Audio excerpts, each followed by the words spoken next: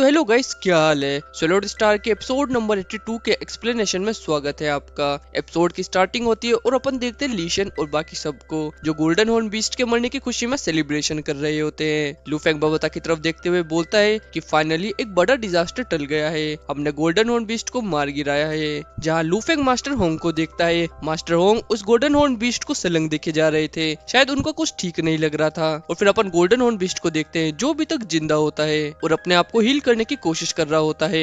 ये देखकर सब के सब शौक हो जाते हैं और फिर बबाता कुछ जुगाड़ लगाते हुए बोलती है कि कैसे हो सकता है, क्योंकि किसी इंसान और जानवर की चेतना उसके दिमाग से जुड़ी हुई होती है। अगर हमने गोल्डन हॉर्न बीस्ट के माइंड को डिस्ट्रॉय कर दिया है तो वो अभी तक जिंदा कैसे है, क्या उसके पास कोई स्पेशल टैलेंट तो नहीं। सीन शिफ्ट होता है गोल्डन हॉर्न बीस्ट की तरफ। गोल्डन हॉर्न बीस्ट की बॉडी में से एक एनर्जी बॉल बाहर आती है जो धीरे धीरे एक हॉर्न का शेप ले लेती है और वो हॉर्न गोल्डन हॉर्न बीस्ट के हेड से जाके अटैच हो जाता है और फिर गोल्डन हॉर्न बीस्ट दोबारा जिंदा होकर अपनी दुगनी रफ्तार से समुद्र की तरफ बढ़ने लगता है। ये नजारा देख सारे के सारे वॉरियर्स डिसअपॉइंट और डिमोटिवेट हो जाते हैं। लूफेंग भी कांपने लगता है। लूफेंग अपने आप से बोलता है कि इसे कैसे हो सकता है, क्योंकि हमने गोल्डन हॉर्न बीस्ट के सर को उड़ाया था, तो अभी तक जिंदा कैसे है। इतने में ही गोल्डन हॉर्न बीस्ट एक मॉन्स्टर को कुचलते हुए आगे बढ़ने लगता है। वो उस रोबोट को चेस कर रहा होता है जिसके पास लेजर कैनन होती है, क्योंकि कहीं ना कहीं गोल्डन हॉर्न बीस्ट को ये समझ में आ गया था कि लेजर कैनन उसके लिए एक बहुत बड़ा थ्रेट है। वही लूफेंग देखता है कि मॉन्स्टर और रोबोट के बीच काफी बड़ा डिस्टेंस है, इसलिए वो रोबोट को लेजर कैनन चार्ज करने के लिए आदेश देता है,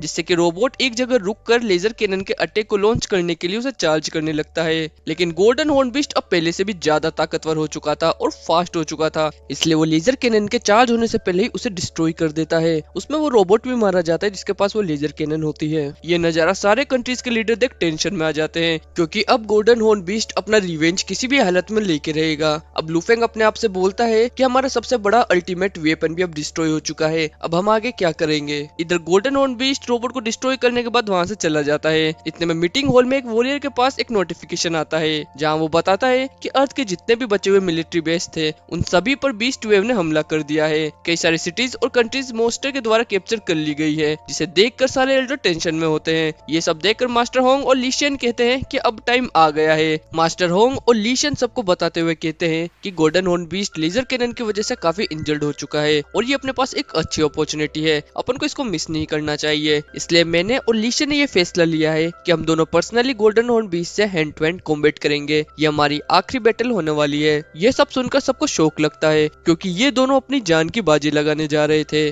लूफेंग कहता है ब्रदर होंग, मैं भी तुम्हारे साथ इस फाइट में लड़ूंगा, और लूफेंग को देखकर बाकी सारे वॉरियर्स भी आगे आते हैं। लेकिन यहाँ पर मास्टर होंग उन सबको कहते हैं कि तुम्हारी स्ट्रेंथ अभी इतनी नहीं है कि तुम गोल्डन हॉर्न बीस्ट से लड़ सको, क्योंकि तुम्हारे पास खुद का कोई डोमेन नहीं है। बिना डोमेन के तुम बेवजह सब मारे जाओगे, लेकिन मेरे पास और लीशियन के पास खुद का डोमेन है, इसलिए हम गोल्डन हॉर्न बीस्ट को एक कांटे की टक्कर दे सकते हैं। इतने में लूफेंग कुछ बोलने के लिए आगे बढ़ता है तो उसे बबाता टोक देती है। बबाता कहती है कि तुम्हें अपने मास्टर की सुननी चाहिए। इस गैलेक्सी में बहुत ही कम लोगों के पास डोमेन होता है, लेकिन तुम्हारी अर्थ पे दो दो जनों के पास डोमेन है। अगर वो अपने सोल को बंद करते हैं तो गोल्डन हॉर्न बीस्ट को हराने में कामयाब हो सकते हैं। यहाँ पर हमें कुछ एल्डर से पता लगता है उन्होंने कुछ एलाइट पीपल्स को शेल्टर में भेज दिया है। अगर ये मिशन नाकाम भी होता है तो आगे के आने वाली जनरेशन शेल्टर्स में रह सकती है। पर मास्टर होंग सबको बताते हैं कि जिस हिसाब से मॉन्स्टर ग्रो हो रहा है कुछ समय में यह कॉस्मिक लेवल पर पहुंच जाएगा, फिर धीरे धीरे अर्थ पर से इंसान डिसअपियर हो जाएगा। लेकिन हमें अपनी उम्मीद नहीं खोनी चाहिए। मैं और लीशियन हमारी आखिरी बैटल के लिए फाइनल प्रिपरेशन के लिए जा रहे हैं। तुम लोगों को हमारे पीछे आने की कोई भी जरूरत नहीं है, क्योंकि तुम सब अर्थ की एक फाइनल डिफेंस शील्ड हो। जब तक हम सांस लेते रहेंगे यह फाइट कभी खत्म नहीं होगी।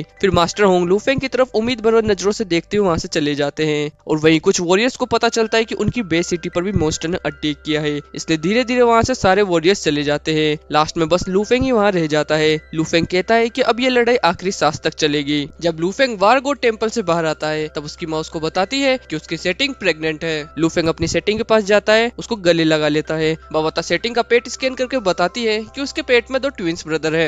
लूफेंग की सेटिंग लूफेंग से पूछती है कि अब अपने बेबी होने वाला है, तब इसका आगे का फ्यूचर क्या होगा। लूफेंग कहता है कि करंट सिचुएशन के हिसाब से मैं कुछ कह नहीं सकता, लेकिन मास्टर होंग के अकॉर्डिंग हमें अपने बच्चों की फ्यूचर की होप नहीं खोनी चाहिए। और फिर थोड़ी प्यार मोहब्बत की बात करने के बाद लूफेंग वहां से चले जाता है। लूफेंग बबाता से कहता है कि एशियन सिविलाइजेशन से जितने भी कंपोनेंट मिले हैं तुम उन सबसे वेपन तैयार करो। सीन शिफ्ट होता है और अपन मास्टर होंग और लीशन को देखते हैं, जहाँ मास्टर होंग अपने 3 रॉयल बॉडीगार्ड्स को एक चिप देते हैं जिसमें उनकी कल्टीवेशन से रिलेटेड सारा डेटा होता है। वो कहते हैं कि ये चिप आने वाली जनरेशन को आगे बढ़ने में मदद करेगी। अगर मैं वापस नहीं आता हूँ तो तुम्हारे पास ये चिप रहेगी जिसे तुम इसे पब्लिक कर देना। आने वाली जनरेशन शायद मुझसे भी अच्छी हाइट अचीव कर सके। ये बोल के वो सब यहाँ से चले जाते हैं। रास्ते में उनको लू फेंग मिलता है जो उनके लिए कुछ वेपन्स लाया होता है। ये टोटल 3 आइटम्स होते हैं। इनमें से एक होती है लॉन्ग गन जिसे वो मास्टर होंग को देता है। मास्टर होंग ऐसे मटेरियल देखकर काफी सरप्राइज होते हैं। वो कहते हैं कि इस टाइप का मटेरियल पूरे अर्थ पर कहीं नहीं है। और बाकी के 2 आइटम्स वो लीशन को देता है जिसमें एक बॉडी आर्मर था और एक वेपन होता है जो लीशन के लिए काफी सूटेबल होता है।